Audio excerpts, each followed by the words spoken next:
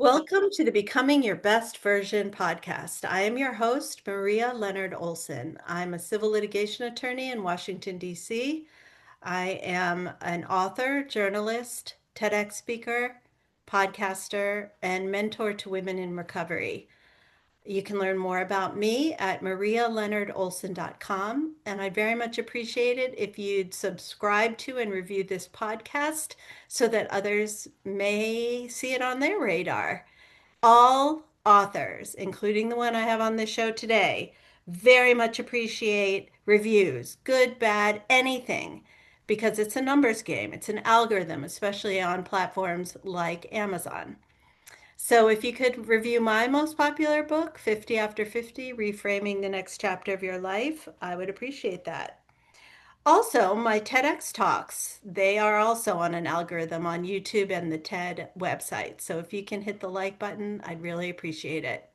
So I started this podcast 6 years ago because my work in the realm of women in midlife brought me into contact with amazing women who have inspired me and I think will inspire you. Today, joining us from Colorado Springs is Tanja Brown. She's a behavior analyst and psychologist who released a groundbreaking memoir revealing the impact of her age gap relationship with the man 26 years her junior while raising a severely autistic child. Unapologetically honest and intimate, this book is not about defending choices, but provides a powerful example for women navigating midlife, caregiving, love, and identity. Tanja is a board certified behavior analyst and licensed school psychologist. She's the mother of two, one of which is a daughter with autism spectrum disorder. She immigrated to the United States at the age of 20 from Soest, Germany, and is an entrepreneur and writer living in Colorado. She blames clinical insight with real world experience and a woman navigating midlife on her own terms. Her book, Flipping the Script: A Decade of Borrowed Time, is her first major work of nonfiction. The book is raw, funny, and deeply intimate. It's a memoir about love, desire, motherhood, and the courage to choose aliveness in the middle of real life. Set against autism, motherhood, midlife reinvention, and a decade-long relationship with a man 26 years younger, it explores what happens when a woman stops living by the rules she was given and starts listening to herself instead. You can learn more at tanjabrown.org and follow her on Instagram and Facebook. All of this is in the show notes. Welcome, Tanja. Hi, I'm so happy that you agreed to do this podcast, and I'm thanks for so having me. excited about your new book. It kept me up late at night. I couldn't stop reading it. It is honest and compelling, and I just applaud you because you have had such an interesting life. And first, I just want to ask you, did you have any hesitation about being public about your story? Oh, absolutely. I wasn't going to publish it at first. I mean, everybody fantasizes about, writing a book, don't get me wrong, but for me, it kind of helped me get through the last year of that decade, to get everything down, to kind of, document everything that kind of happened and make it and making it real for me. Um, and then I got more courage, I think. As I read some other memoirs, I was thinking my story, should resonate with a lot of people. In particular, people, midlife and older. Although I've had people read the book that were in their early 30s and contact me and shared some personal insight themselves as well. So I definitely had hesitations. This is really honest and laying that decade pretty bare for me in so many ways. Yeah. So definitely had hesitations. I'm not I'm not gonna lie. Yeah, well, so you got your book, Flipping the Script, published. Mhm. Were there reasons that you wanted to put it in book form? Um, I think so. I wanted to have something. substantial to kind of like, hold on to, basically. Yeah. Um, when you're asking what are the reasons that you put it in book form, are you meaning versus an Audible book, or Or no, just to be versus more specific? yeah, people write books for a lot of different reasons. Sometimes as a legacy, sometimes to add to a narrative in popular culture, Mhm. sometimes to just I see. make meaning of their lives. Mhm. So I was wondering which was the biggest impetus for you for writing Flipping the Script. For me, the biggest reason was actually my age. Mhm. And I'm an avid reader. I read a lot of books throughout the year. Read over 100 books on a lot of genres. Wow. And very few of the books that I get my hands on that are incredible books, don't get me wrong, are stories that involve women or men that are much Yeah. younger than we are at 40, 50, 60, or even 70. We kind of disappear in some of the stories, I feel like, and it's far and few in between that involve women or age. And I strongly feel, as you can see in my book, we have stories to tell that are interesting. And maybe even stories that kind of grab you emotionally on some level, be Yes. that because it's funny, a section is funny, or it is just really sad in Yeah. some areas. So I thought that was really important. I want to write for women our age. I want to write for anyone in early midlife to late midlife.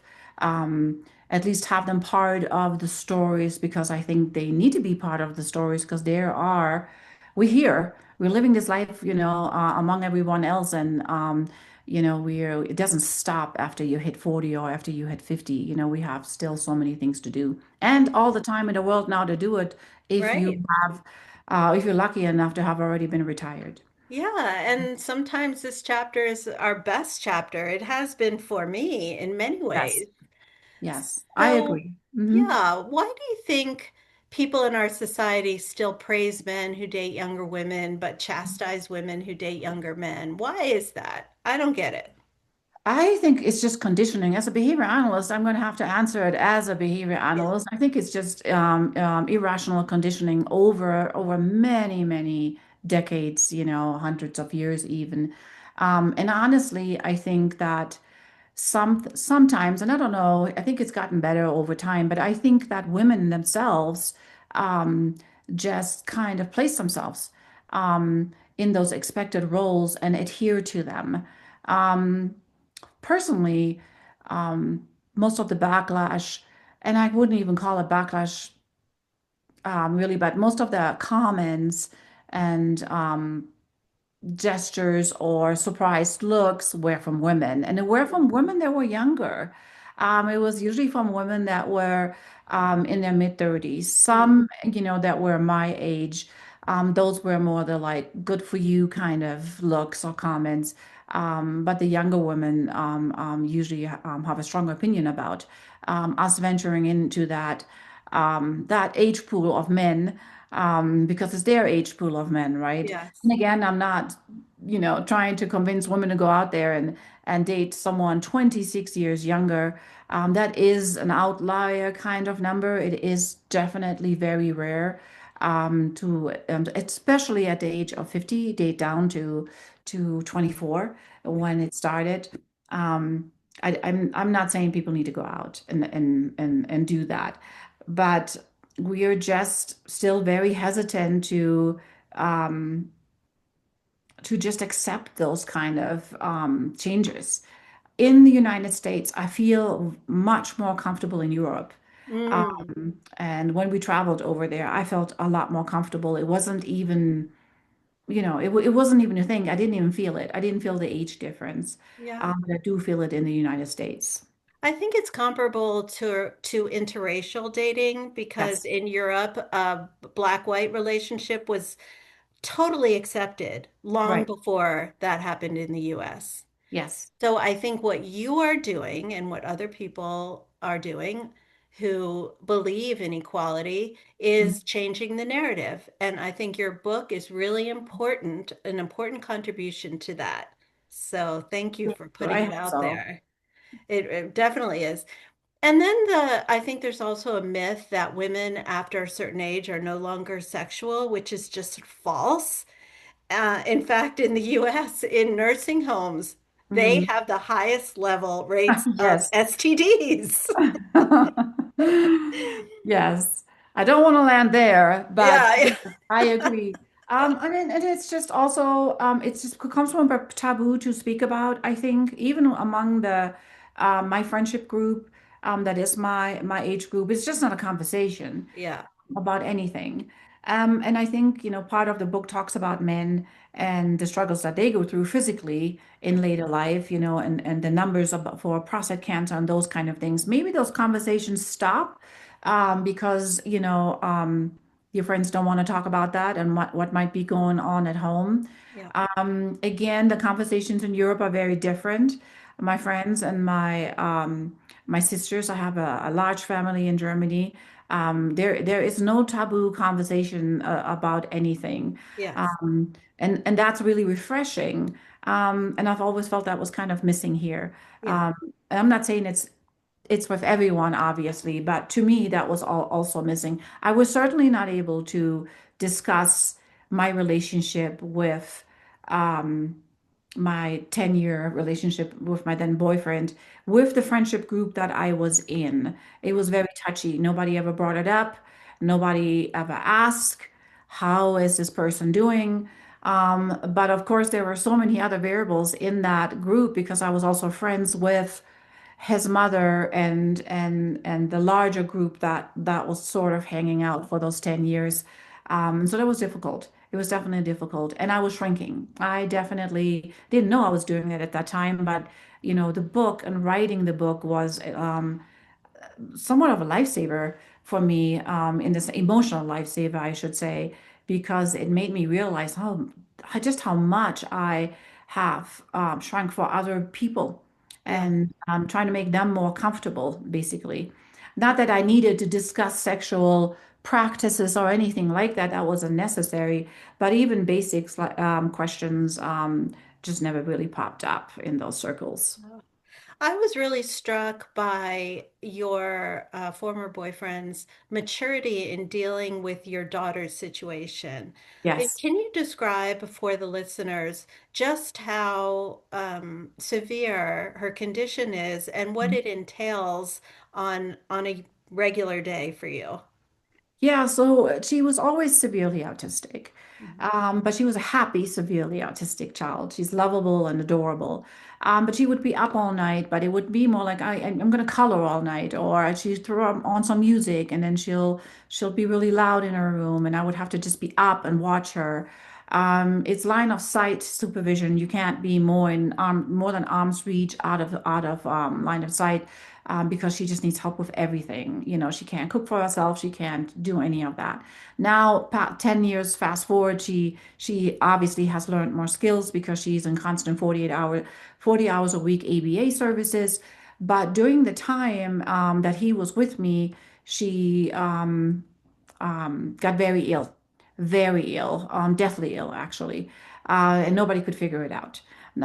Several hospitals across the country I traveled with her to, and many times he came with me to help get her there. Nobody could figure out what was going on with her. Even the Mayo Clinic couldn't figure it out after 10 days of very painful assessments for her and tests for her. So for him, um, it was simply, I need to be there and I need to support me because he saw I was kind of withering away. Yeah. Physically, emotionally, it was so stressful, so strainful on me that I got physically ill, ended up in hospital a couple times, and so he stepped in and made sure that he was there and supported that. And then hats off to him because the average man cannot deal with that, in particular when it's not your own child. Uh, Yeah. it's very difficult. You're just trying to live your life with this woman and having a good time, right? And here is this autistic 20-year-old at that time that has these severe needs, and it just popped up out of nowhere. He dealt with this really, really well, and I always will appreciate that for Yeah, sure. I think that's a sign of his unusual maturity. And Yes. I'm really glad you had that support Mhm. during her illness in particular. So, were you involved in, well, you couldn't have been. I was going to ask you, were you involved in the autism world and all these wonderful supports you've created before you had your daughter? That couldn't have been. No, I was a school psychologist, and it's funny. Life just has a tendency to kind of like smack you upside the head every now and then. I remember in undergraduate school, our teachers, the only introductions we got to autism, I'd never experienced it. I've never met anyone with autism. The only introduction I got was when my daughter was barely turning two, and we, last semester had a class that for 3 days touched on autism. And I touched for 3 days on autism and sexual offenders. And my comment to my professor was, those are the two populations I will never be able to work with. Wow, And ironic. 3 weeks later or 4 weeks later, after the semester ended, I wasn't able to attend my graduation from my undergraduate because my daughter was just diagnosed with autism. Wow, wow, that is Yeah, some incredible. things you just regret saying, or the universe sets you straight, Yeah, and that's yeah, what my happened. gosh. How is Yeah. she doing now? She is still pretty much the same. She is a little bit better since we had the illness, that happened in 2000, that started in 2018. She's slowly getting better. She still has permanent severe migraines from all of that. She still has a sleep disorder. But my support has increased. I have a better support system. I have amazing staff that works with her during the day. I have a couple overnighters, and her father and her stepmom have stepped in shortly after all of this happened in 2018 and share more of the burden, like half of the burden of, just making sure she's okay. Yeah. She's a full-time job, you know, Yes. she's, And but she's lovely. There's so many lovely yeah, things about her. Yes. well, it Mhm. really comes through in your book how much you love your children. You Yeah. have a son also, and he had some health challenges, yes? When he was younger, he has Wolf Parkinson White syndrome, so he was rushed also to the emergency room from one city to the next and had to have fine needle it was ablation surgery on his heart, basically. But he's doing fine. He's in the field. He works in the field now in the autism field and Wow. is a registered behavior technician and is local here, and he's doing well. Yeah. It's really nice to hear. Hmm. So, you broke off the relationship. Yes. Why? Nobody likes it. I'm getting everyone that's commenting, it's DMing me and texting me saying that they love the book, but they don't agree with my decision. Um, I was getting very uncomfortable in the last 3 years of the relationship. I felt a little bit more judgment in the last 3 years. I'm not saying that it was necessarily reality. It was maybe perceived on my part, some of it.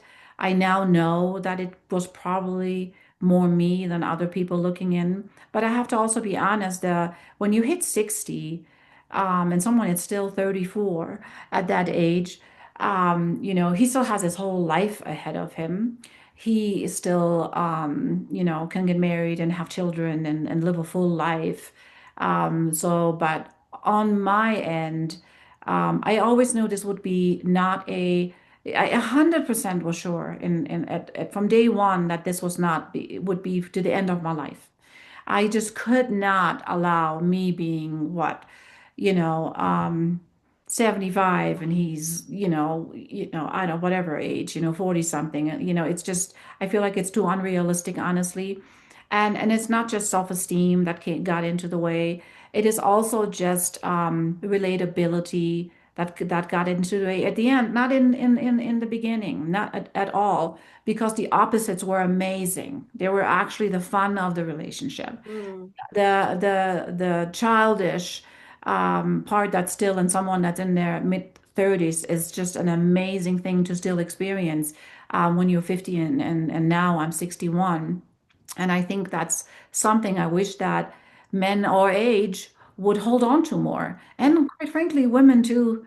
I have friends where I'm also something wondering like, you're behaving like an 80-year-old. You're not there yet. You're 55, you're 60, it's okay to travel an hour to a bigger city and go to a comedy club and have some fun.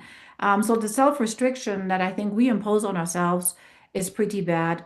I just could not see myself continuing it. And I still loved him when, when I called it off basically, and we kind of sort of planned for it over time. But it was very hard. It was very hard, but I did it one for him, but I also did it for me so I can start breathing. And maybe even with an adult daughter with autism, eventually, engage into a relationship that still works on my age level somewhat, Yeah. at least. Yeah. I felt it. I'm not gonna lie, I started feeling it. It started bothering me hanging out with his friends that were his age. The first 8 years it didn't, the last 2 years it did, for sure. And also, it didn't sound like he really enjoyed being with your friends He that did much. not. He Yeah. did not. So now the friends I have, I have friends that are 38 and 40. Hmm. And they're very close friends. So he enjoyed that, and we all got along, and we were close, and we hung out a lot. But he did not want to hang out with the friends that were older. Yeah. Yeah. Well, it was a sad to read the about I the know. ending. It was a very sad But ending. Yeah. yeah, I We are hoping it was understood even it. sadder. I'm Yeah, sorry? I definitely understood it, but I still had been rooting for you guys to make it. That's what everybody else says, but I understand that, and I struggled with it. I mean, we tried this more than once. We had to have a go at breaking up 3 times. Yeah. I felt very immature at that point that it actually took 3 times. But I mean, it is not a normal breakup when both people don't want to do it, and you Yeah. do it for age reasons, and you do it for those types of reasons. And I think that's something that most people probably have not experienced. Yeah. Typically, I think breakups because there's a reason. Yeah. Somebody is just not in love anymore, or something happened, Mm. or people sometimes just grow apart. But even if you grow apart, you're not just really in it anymore. But we Yeah. were 100% still in it, so that was difficult for sure. Yeah.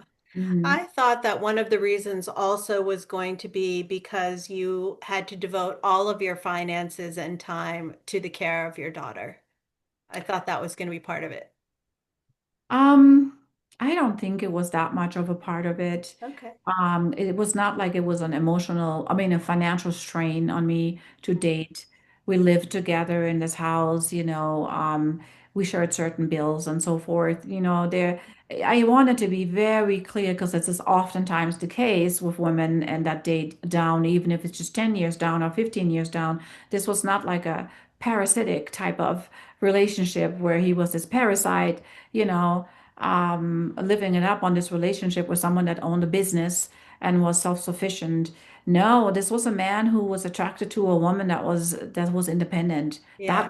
That was the um I think the attraction. That was the big attraction for him.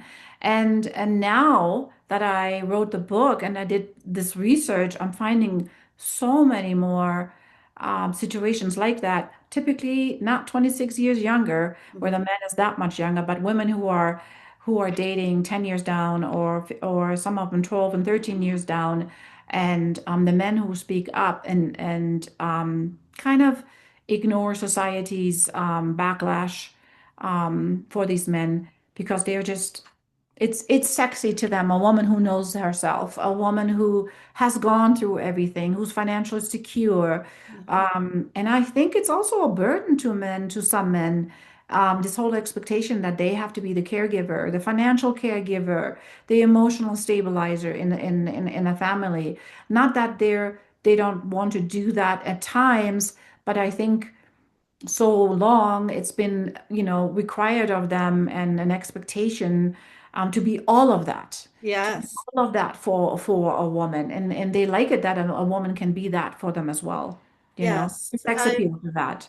I have interviewed women in age gap relationships, and two other things they cite are that the men are tired of feeling the biological imperative to procreate, which isn't present Yes, generally with the woman who's older, yes. and that women with confidence comes more desire or at least willingness to be Mhm. more adventurous sexually.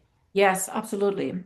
Yeah. Yes. So there Mhm. are many reasons that Yeah. these types of age gap relationships can be really fulfilling Mhm. for both parties. But also intellectually, if you think about it, I mean, I had such great, this was really hard for me. More than missing the person was missing the conversations, the politics. I'm also a person that's usually not into girly things. I love cars. He loved cars. So those types of conversations, just that intellectual stimulation, I was very surprised at that. Yeah. Um, it was very broad, not very narrow. And I find a lot of my friends, female friends, they have a very narrow view of conversations that we engage with. And I enjoy them too. Don't Mhm. get me wrong, I greatly enjoy them, but I would not be able to breach, the topic of like, I'm 60, I just bought myself a Porsche GTS just to celebrate, and I'm just crazy about it. And I talk about the sound and those kind of things, and they just can't relate. The relationship will veer immediately to back to, I don't know, the last face cream that they bought, which is also interesting, but I need a little bit more. So men can do that for you Yeah, know. yeah, wow. Well, those are really good points. So, what do you want your readers to take away from the book Flipping the Script when all is said and done? I really want women to age in a way that they don't feel like they have to hide from society, that they should make decisions based on what they really want to do Mhm. versus based on how they think their friends will view them, and take some chances about it, basically, and stop shrinking for society. We have a right Bravo. to be here and tell our stories and read about people like ourselves and what they're doing. We are still interesting and can be in romance novels or thrillers alike. And I just want to see more of that. And that's what I want to write for. Ah, yes, brava. I think that is wonderful. So, I ask all of my guests the following question. What do you do to become your best version? I've realized through all of this over the last few years that I'm actually more insecure than I thought I was, which is a big surprise for me because I have to handle a lot in my life, a couple companies, my daughter with autism, and just a lot of stress and a lot juggling, at the same time. And I think the biggest thing I learned more recently is that I want to just, become the version where you just stop living for other people's approval. Stop shrinking yourself to make other people more comfortable. I think that is something that I'm really trying to take away from this. I don't want to make anyone uncomfortable, by the way. I don't go through life spouting about my opinions and those kind of things. But I have noticed how much I did shrink over these last few years just to make other people more comfortable and in the decisions I made. And that's something that I don't want to do anymore. So, how do you go about doing that? Do you journal, have affirmations, combat the negative voice in your head? Like, what are some steps someone can do to work on that particular thing? I think everybody has kind of their own way. I think writing things down is really important. I like lists. I'm not saying I finish on my list or I have a daughter with autism, so the best plans will always go, sideways, basically. But for me, I think is that I have stopped more often and took a look at when am I really sidelining myself? How often and for what reason am I putting myself second? Which, of course, you're always happy to put yourself seconds for your dogs and for your kids and all of that. But even for them, you don't have to always do it. I also noticed that I traveled less because I have dogs. I noticed I traveled shorter and those kind of things. So just sidelining for me, stopping myself. Meditating is a big thing for me. And in those meditations, because I can't not sit there and just not think about something, I force myself to find for the last week or for the last day times where I've sidelined myself again. Because I still do it. I'm not saying I'm over it. If you've done that all your life, because you had to be in charge of everything, it's very hard to just stop that. But I'm doing that more often, and that's helpful. That sounds Really really helpful. worthwhile. Mhm. So I encourage all of you to go to Tanya Brown, Tanja Brown.org. Pick up a copy of her book, which is available on Amazon, and any bookstore can order it if they don't already have it. and she is starting her book tour. She will be at the Venerable Tattered Cover bookstore. Can you tell us when and which It's out? May 29th at 6 p.m. and it's the Aspen Grove location and it's also on my website. And I think I added it to Instagram as well. And Fantastic. there will be a few more that we should be posting next week. Yes, it's so exciting. This is an important book, more so than just a memoir. It's part of a cultural movement to normalize I age hope gap so. dating. I believe that to be true.